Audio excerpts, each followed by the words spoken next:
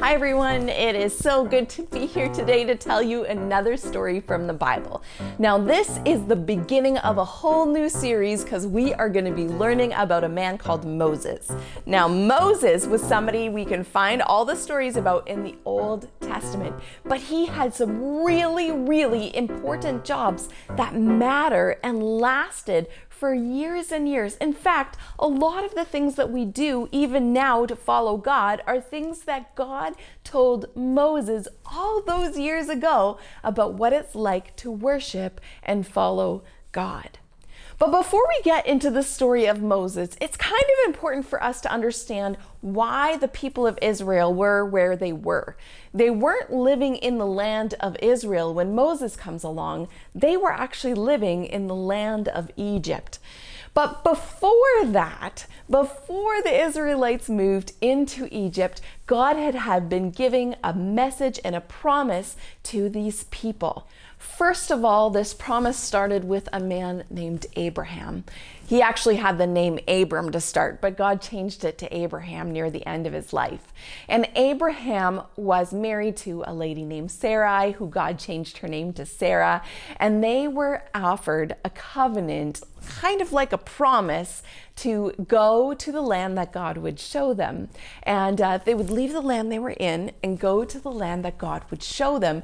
God would bless them. God would make them into a great nation. He would bless those who bless him. They would curse those who curse him. And through him, the whole world would be blessed. Well, Abraham did what God asked, and he did leave the land of his father, and he went to the land that God would show him. But along the way, Abraham had to learn a lot about trusting God, even when it felt hard. For 25 years, Abraham waited for God to keep his promise about having a nation.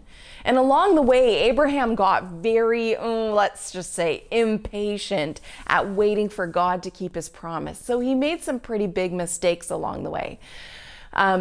His relationship with God still was strong, and he still trusted God. So he got to this point in his life where he said, God, would you, I don't really understand.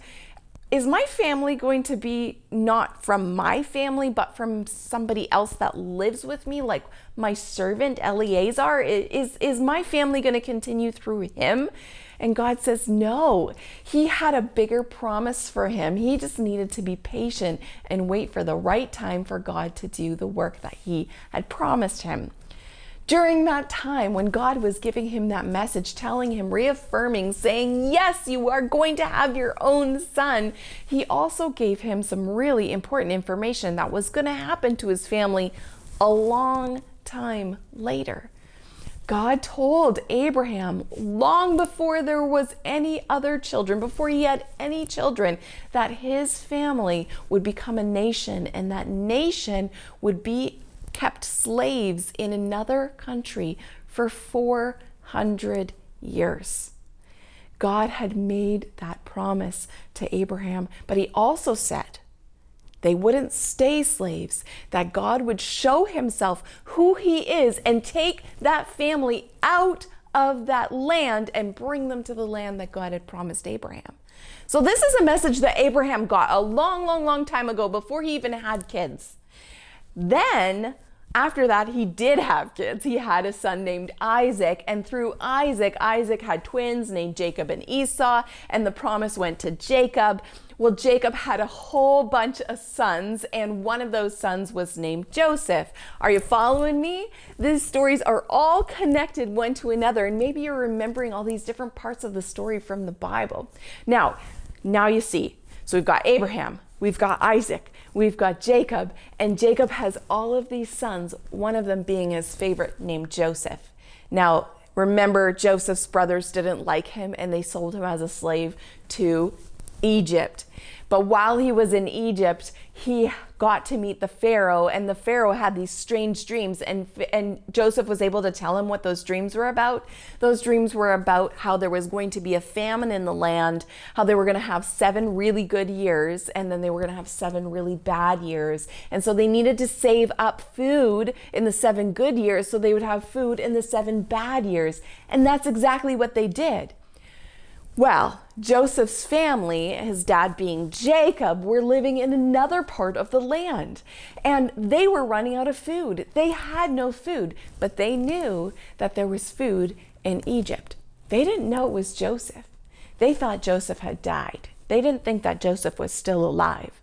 And so when they went from the land where they were living, which was the land that God had promised Abraham, and they went to the land, they got food from Joseph. Well, eventually Joseph did tell them who he was, and he forgave them, and he told them that what they had meant for bad, God had used for good. And so Joseph, in his kindness, invited all of his family, all 70 people, to come and live in the land of Egypt, to live out the drought so that they would all survive, because there was food and there was good things in Egypt. Well, Jacob knew that he needed to ask God before leaving the land that God had promised Abraham. And God gave permission. God gave permission to Jacob to bring his whole family down into Egypt, and that one day they would return out of Egypt. So that's what they did. That's how the Israelites ended up in Egypt in the first place. They were invited as guests, but over time, over years, they became this big nation, and the Egyptians began to be scared of them. They thought that maybe they would become a big army and try to take over the land, and that the land would no longer be called Egypt, it would be called Israel. So they made all of the Israelites into slaves. And we find all of this story in the book of Genesis and the beginning of Exodus. So that's where we find Moses. We find Moses being born after 400 years of the Israelites being slaves in Egypt. And God has a plan.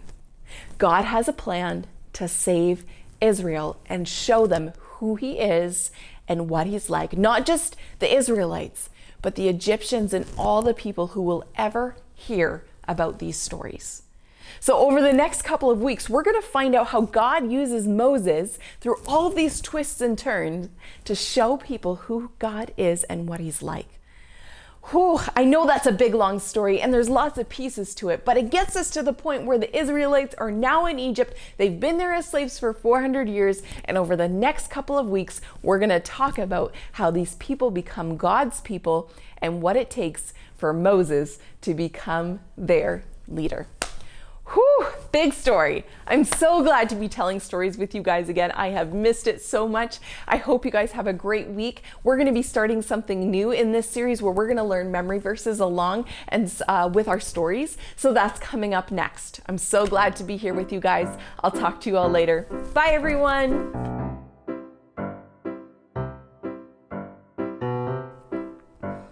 Hi, hello, welcome. I've gathered us all here in the library today because we have very important work to do. Yes, we have very important work to do about learning words. I love words. I love learning words, and I love memorizing words. Did you know that in the Bible it says that we should hide God's word in our heart, which means that we need to memorize verses from the Bible. And that's what we're here to do today. We are here to memorize some words. Now, this first memory verse is found in the book of Deuteronomy. Yep, Deuteronomy. Here we go. Here's the first word, no. Now, this word no isn't like nope, not that kind of no. It's no in your mind. No, therefore. Isn't therefore a funny word? Isn't it? Yeah, I thought so too. Therefore is a funny word because we have to look around and see what it's there for. So our first word is no. Our second word is therefore. And then we go on to that the Lord your God. No, therefore that the Lord your God. Well, what's true about God? He is God. What's also true about God? The faithful God. That's what's true about God. Okay, let's start at the beginning. Know, therefore, that the Lord, your God, he is God, the faithful God. Yep, that's all true. Those are good words. I like those words. One of the important things about knowing words is saying them over and over and over again. So let's go again. Know, therefore, that the Lord your God, he is God, the faithful God. Yep, that's what's true. And we can find this all in Deuteronomy 7:9a. Now, what does that A mean? A means it's just the beginning of the verse, not the whole thing. All right, that's all I have for us today. Myrna out.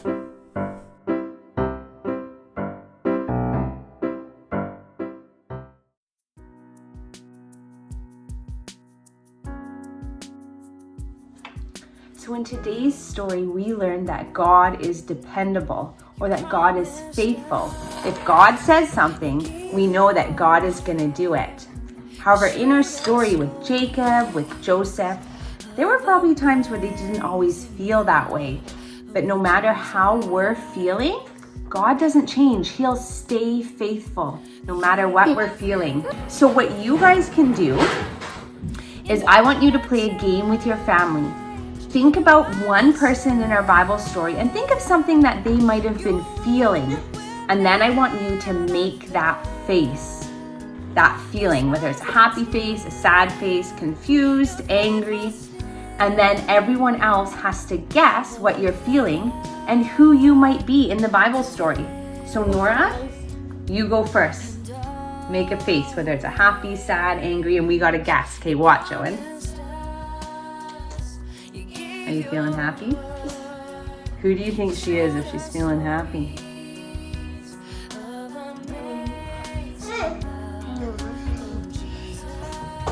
Are you Joseph in Egypt? Yeah? Okay, you think of an emotion. Angry, sad, happy, scared, surprised, and make that face. Can we see it? You gotta make a face. Is that your face? Yeah. Are you looking maybe a bit sad? Yeah, you're looking down. Who do we think he is? Who? I think it's Joseph. And when they sold him. Ooh, are you Joseph? When your brothers decided to sell you? Yeah, you're kind of looking down, looking maybe a little angry too, hey? So you guys can play that games with your family, and remember that our feelings, we'll feel all sorts of different feelings, but that doesn't change God's faithfulness. God will always stay the same. So for another craft that you guys could do today is painting rocks.